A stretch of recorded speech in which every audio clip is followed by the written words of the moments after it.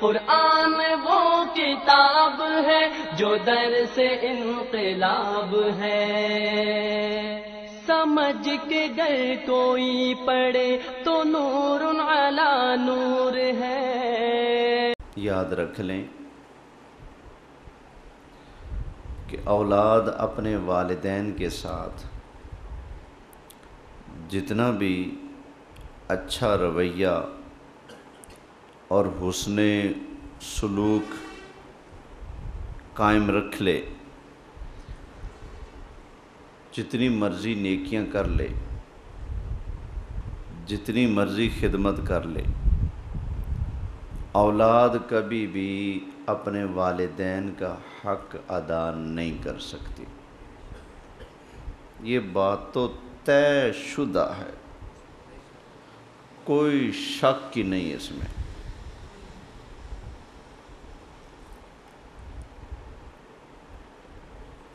اولاد پر خدا رسول کے بعد جو پہلا بڑا حق ہے وہ والدین کا ہے۔ اچھا، کئی ابے ہوتے ہیں اپنی شان تو بڑی مزے سے سنتے ہیں، واہ واہ ابے کی عظمت بیان ہو رہی ہے، لیکن جو والد ہے نا اس کی بھی بڑی ذمہ داریاں ہوتی ہیں۔ جو والد ہوتا ہے وہ گھر کا افسر ہوتا ہے، وہ گھر کا سربراہ ہوتا ہے، پورے گھر کو لے کر اس نے چلنا ہے۔ اب وہ خود نوٹ کرے میں نماز پڑھتا ہوں یا نہیں پڑھتا، خود پڑھتا نہ ہو اور بچوں کو زور ڈالے چلو نماز پڑھو، تو بچے ہوتے ہیں نا، سوچیں گے اگر ایڈا چنگا کام ہوندا تو ابا آپ نہ کردا۔ تو نماز پڑھنا اگر اتنی بڑی نیکی ہے تو ابا خود کیوں نہیں کرتا؟ لہذا والدین کو چاہیے کہ بچوں کی تربیت اچھی کریں اور جن اچھی باتوں کا ان کو حکم دیں وہ اچھی باتیں اپنے اندر بھی پیدا کریں، جن برائیوں سے بچوں کو روکیں، اوے گالی نہ دو، اوے زیادتی نہ کرو، یہ نہ کرو وہ نہ کرو، تو باپ کے اندر بھی وہ ہونا چاہیے کہ نہیں گالی نہیں دینی تو میں نے بھی نہیں دینی۔ یہ نہ ہو خود 10 گالیاں لگاتار سنا کر بچوں کو درس دے، گالیاں نہیں دیتے۔ تو لہٰذا والدین کے اوپر لازم ہے کہ اپنی اولاد کی تربیت اچھی کریں اور جن چیزوں سے بچوں کو روکیں ان سے خود بھی روکیں۔ اگر ٹی وی دیکھنے سے بچوں کو روکا ہے تو باپ کا پہلا حق بنتا ہے کہ خود رکے۔ ڈرامہ فلمیں دیکھنے سے اگر بچوں کو روکتا ہے، روکنا چاہیے، فرض ہے اس کا۔ اگر یہ فرض ادا نہیں کرے گا باپ تو خدا رسول کی بارگاہ میں مجرم ہے وہ۔ اس کا فرض بنتا ہے اپنی اولاد کو گانوں سے روکے، فلموں سے روکے، ڈراموں سے روکے، بے حیائی، گندگی، ان ساری چیزوں سے روکے۔ لیکن روکنے کے ساتھ ساتھ خود رکنا بھی کیا ہے؟ ضروری ہے۔ چلو باہر نکل جاؤ، بیٹھک سے باہر بھیج کے ابا حضور ٹی وی لگا کر فلمیں دیکھنے بیٹھ جائیں تو بچوں پر کیا اثر پڑے گا؟ لہذا یہ یاد رکھیے گا، والد کی شان بہت ہے لیکن اس کو اپنی شان کی حفاظت بھی خود کرنی ہے، ٹھیک ہے نا؟ والد اپنے کنبے پر مہربانی کرے، اچھے طریقے سے پیش آئے، گالم گلوچ سے بچے، کسی کے اوپر ناجائز تلوار تان کر مت کھڑا ہو، اپنی اولاد میں فرق نہ کرے، ایک کو زمین زیادہ دے دے، دوسرے کو تھوڑی دے دے، ایک کی طرف جھک جائے تو دوسرے سے لڑائیں جھگڑیں، یہ چیزیں بھی نہیں ہونی چاہیے۔ والد کو اللہ نے بڑا درجہ دیا ہے، ماں کو بڑا درجہ دیا ہے، لیکن یہ درجہ سنبھالنا اوکھا ہے، یہ بھی یاد رکھیے گا۔ سنبھالنا کیا ہے؟ تھوڑا مشکل ہے۔ یہ درجہ، یہ مرتبہ، یہ فضیلتیں تب قائم رہتی ہیں جب والدین اپنی ڈیوٹیاں بھی صحیح انجام دیں۔ بھائی اس کو اللہ نے باپ کو شان اس لیے دی تھی، کو گھر کا سربراہ ہے، محنت کر رہا ہے، مشقت کر رہا ہے، نوکری کر رہا ہے، جاگ رہا ہے، کئی اٹھا کے فصلوں میں پھر رہا ہے، محنت مزدوری کر رہا ہے نا، اپنی اولاد کو پال رہا ہے، اپنی اولاد کے لیے کمانا بھی ثواب، ان کو کھلانا بھی ثواب، یہ نیکی تو کر رہا ہے۔ لیکن یہ کام کرنے کے ساتھ ساتھ وہ اولاد کی تربیت کا خیال نہیں رکھتا، ان کو اچھے برے کی، برائی کی، بھلائی کی پہچان نہیں کراتا، چھوٹے بڑے کی تمیز نہیں بتاتا، ان کو بولنا نہیں سکھاتا، خود گالیوں سے رک کر ان کو گالم گلوچ سے نہیں روکتا، خود برائی سے پہلے خود رکے پھر ان کو نہیں روکتا، تو ڈر ہے اس کی یہ جو شان تھی نا وہ ضائع نہ ہو جائے۔ لہذا اللہ نے جو والدین کو مقام اور مرتبہ عطا فرمایا ہے، والدین کو بھی اللہ اس شان کی لج رکھنے کی توفیق عطا فرمائے، اور اولاد کو بھی اللہ تعالیٰ والدین کا ہمیشہ ادب و احترام کرتے رہنے کی توفیق عطا فرمائے۔ اب ذرا ان کی عظمت ہے کیا والدین کی، ذرا قرآن سے سنتے جائیے گا۔ سورہ بنی اسرائیل ہے، 15واں پارہ ہے، اور اس کی آیت نمبر ہے 23۔ اللہ ارشاد فرماتا ہے، اللہ تعالیٰ نے ارشاد فرمایا وَقَضَىٰ رَبُّكَ أَلَّا تَعْبُدُوا إِلَّا إِيَّاهُ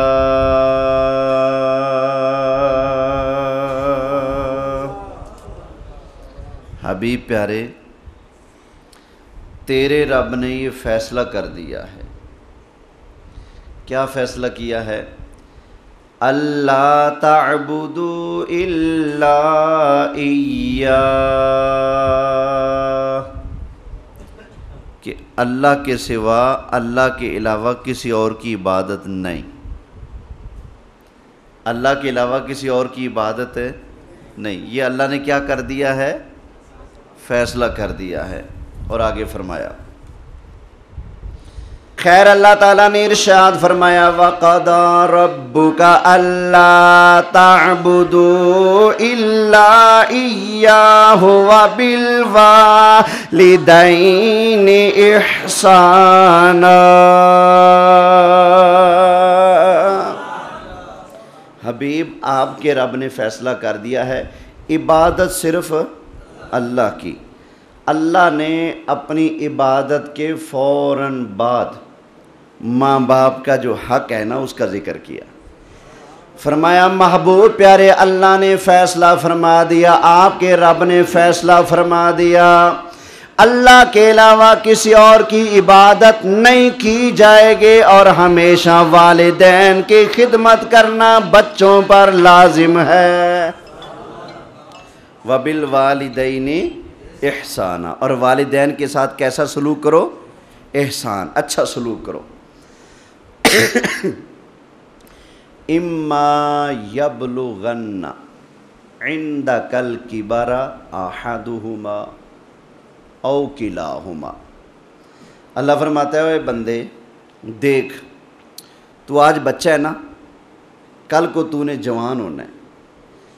جب بچہ پیدا ہوتا ہے تو والدین جوان ہوتے ہیں، اس کا سہارا بنتے ہیں۔ جب بچہ جوان ہوتا ہے تو والدین کیا ہوتے ہیں؟ بوڑھے ہوتے ہیں۔ اللہ فرماتے ہیں تو نے بعد میں جوان ہونا ہے نا، تو جوانی کے اندر جب تو پہنچے گا اما یبلغن عندک الکبر احدہما او کلاہما، پھر اگر وہ تیرے سامنے والدین میں سے، ان میں سے کوئی ایک یا ان دونوں کو تو بڑھاپے میں پائے۔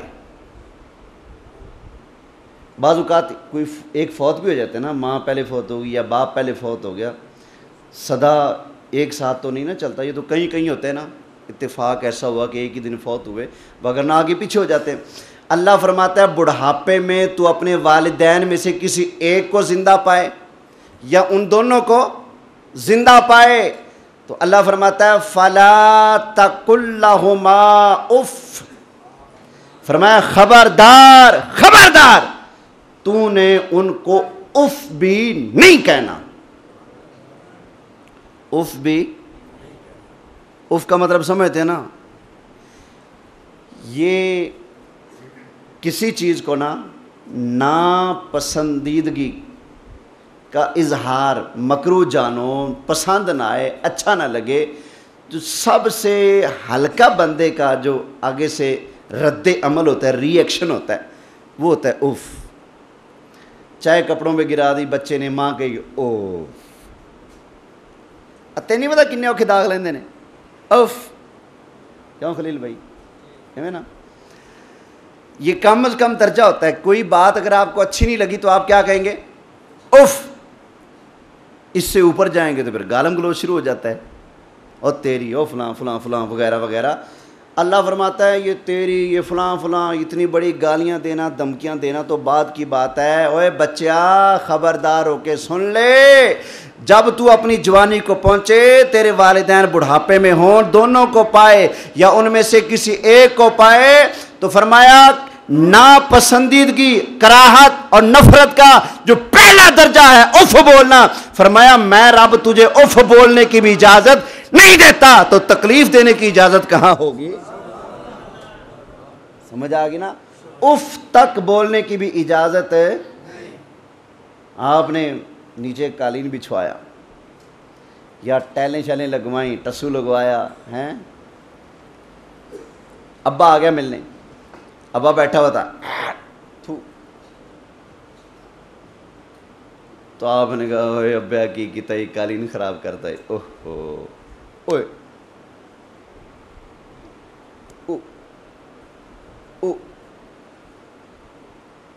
بڑی بات تو نہیں نا، دیکھنے میں چھوٹی سی بات ہے، اوف، او یار بابا تم ہی نا، او۔ اللہ فرماتا ہے خبردار، تیرے ماں باپ ہیں، تو نے اتنا بھی ان سے بولنا، اف تک بھی بولنا۔ اور آج ہم نے دیکھا ہے 320 کی سپیڈ سے بچہ شروع ہوتا ہے، ابا امی ڈر کے بیٹھے ہوتے ہیں۔ ڈرنا چاہیے، جو رب اف نہیں کرنے دیتا اور تو نے اتنا روب اپنے والدین پہ جھاڑ رکھا ہے کہ آگے سے وہ اف کرنے جوگے نہیں رہے، پھر جانا ہے اللہ کی بارگاہ میں، جواب دینا پڑے گا۔ ان کے قدموں میں تو اللہ نے تیرے لیے جنت رکھی ہوئی تھی، جنت ماں کے قدموں کے نیچے، حدیث شریف ہے۔ اور فرمایا کہ جس نے باپ کے قدم کو چوما، نبی پاک فرماتے ہیں اس نے جنت کی چوکھٹ کو چوما۔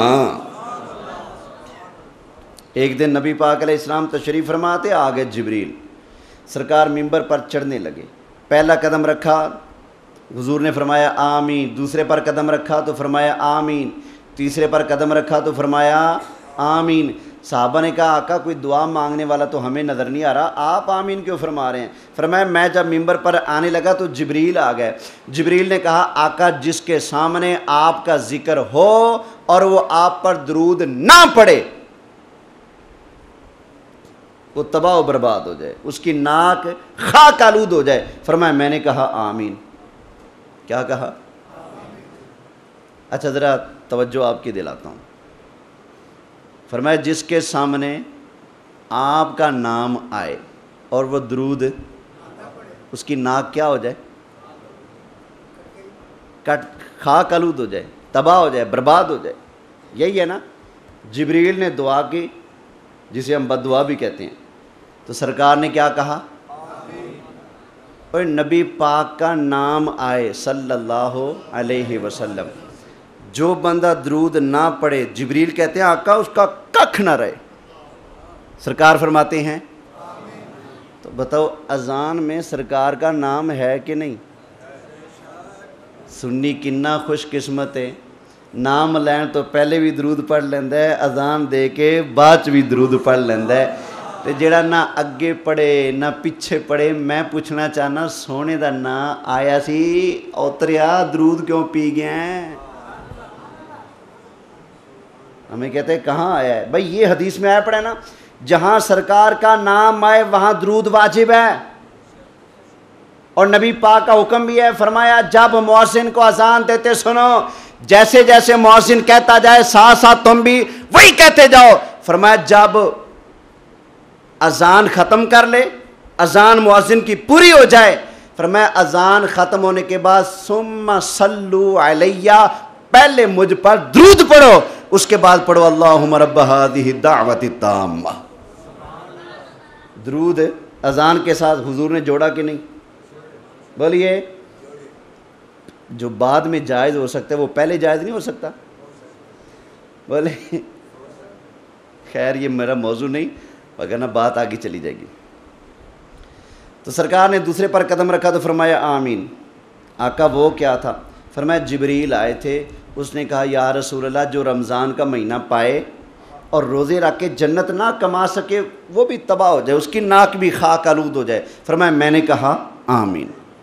تو ماشاءاللہ آپ نے جو کئی روزے پیون والے بھی بیٹھے رہے ہیں، جبریل کی بد دعا ہے اور سرکار کی اس پر آمین ہے، تباہ ہو جائے، ککھ نہ رہے اس کا جس نے روزوں کا مہینہ پایا روزے رکھ کر جنت نہ پا سکا۔ حضور نے اس پر آمین کہا ہے، یاد رکھنا۔